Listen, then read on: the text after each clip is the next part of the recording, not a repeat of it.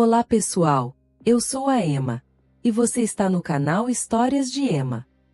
Vamos mergulhar em histórias incríveis. Não esqueça de se inscrever, curtir e compartilhar.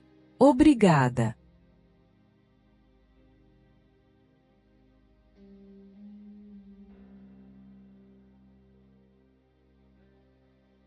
O último caminho de Manuel.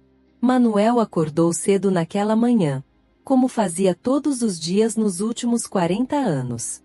As ruas de São Paulo já fervilhavam de vida, com carros, ônibus e o fluxo interminável de pedestres.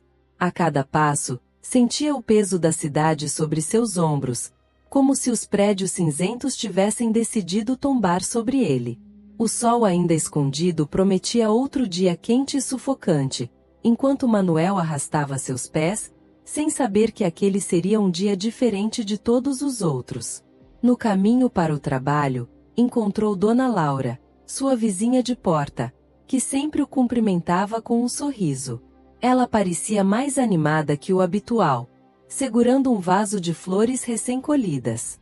Ele acenou, mas mal ouviu o que ela dizia, perdido em pensamentos. Sua cabeça estava em outro lugar, num passado onde a vida parecia mais leve.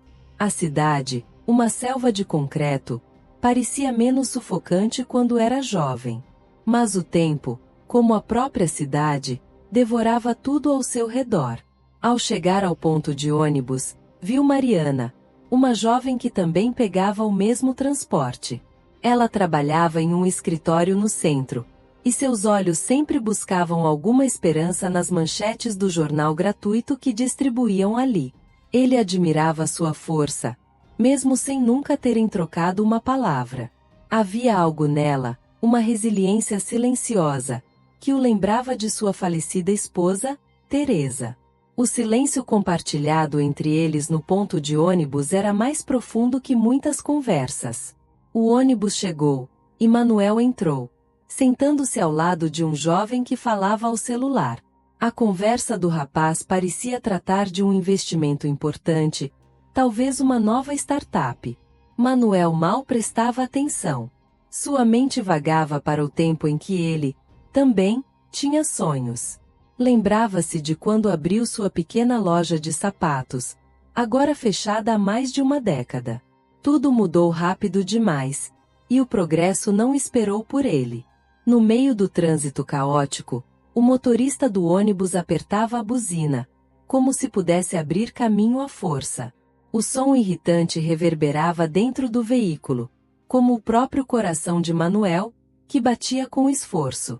Olhou pela janela, observando os grafites que enfeitavam os muros da cidade, contrastando com o cinza que predominava no horizonte. A arte, talvez a última forma de resistência em uma cidade que devorava tudo, fazia Manuel lembrar-se de tempos mais simples. Quando desceu no centro, a movimentação de pessoas parecia uma coreografia frenética.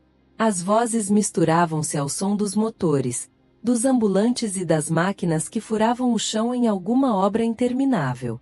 Ele caminhava entre elas, invisível, como uma sombra. Passou pelo quarteirão onde, décadas atrás, havia conhecido Teresa. A padaria onde tomaram seu primeiro café já não existia, substituída por um banco moderno e impessoal. Manuel finalmente chegou ao seu destino. Uma pequena oficina mecânica onde trabalhava como assistente. Era um trabalho simples, mas mantinha sua mente ocupada. Naquele dia, porém, algo estava diferente. O dono da oficina, seu Vicente, parecia inquieto. Ele o chamou para conversar em particular. Ao entrar no escritório, Manuel sabia o que viria. A oficina estava com dificuldades financeiras, e seu emprego, assim como tantos outros, chegava ao fim. Com um aperto no peito, Manuel agradeceu ao patrão e saiu. Sentiu-se traído pelo tempo, pela cidade, e, acima de tudo, por si mesmo. Caminhou sem rumo pelas ruas, agora sentindo o sol a pino queimando sua pele. A cada esquina, parecia mais distante de qualquer sonho que um dia teve. O peso do mundo estava, de fato, em seus ombros. Ele caminhou, sem saber para onde ir, apenas movido pela inércia. Passou pelo mercado, pela praça onde costumava levar sua filha, agora crescida e morando em outra cidade. O banco onde costumava sentar estava lá, mas ele não parou. Não havia sentido em reviver lembranças. O presente exigia mais dele do que suas memórias podiam suportar. As árvores, já secas pela poluição, balançavam ao vento, como se chorassem sua tristeza silenciosa. Ao chegar à ponte sobre o rio sujo, Manuel parou. O barulho da água, antes quase imperceptível, parecia um chamado. O rio, que um dia fora limpo, agora era um reflexo da própria cidade. Poluído, saturado, carregando consigo o lixo de milhões. Ele ficou ali, observando o fluxo, como se esperasse que a água pudesse lavar também sua alma. Mas, assim como a cidade, o rio não tinha piedade. Foi nesse momento que Mariana, a jovem do ponto de ônibus, passou por ali. Ela o reconheceu e, instintivamente, parou. Manuel, disse com um tom de surpresa. Ele olhou para ela, sem saber o que dizer. Não havia palavras para expressar o que sentia. Mas aquele simples Manuel trouxe um tipo de ancoragem, um lembrete de que ele ainda existia para alguém. Eles ficaram ali, em silêncio, enquanto o vento soprava suavemente. Mariana, talvez percebendo a dor que Manuel carregava, convidou-o para tomar um café em uma pequena lanchonete próxima. Eles sentaram-se em uma mesa simples, e entre goles de café e olhares trocados, Manuel sentiu algo que há muito não sentia: conexão. Pela primeira vez em anos, não estava sozinho.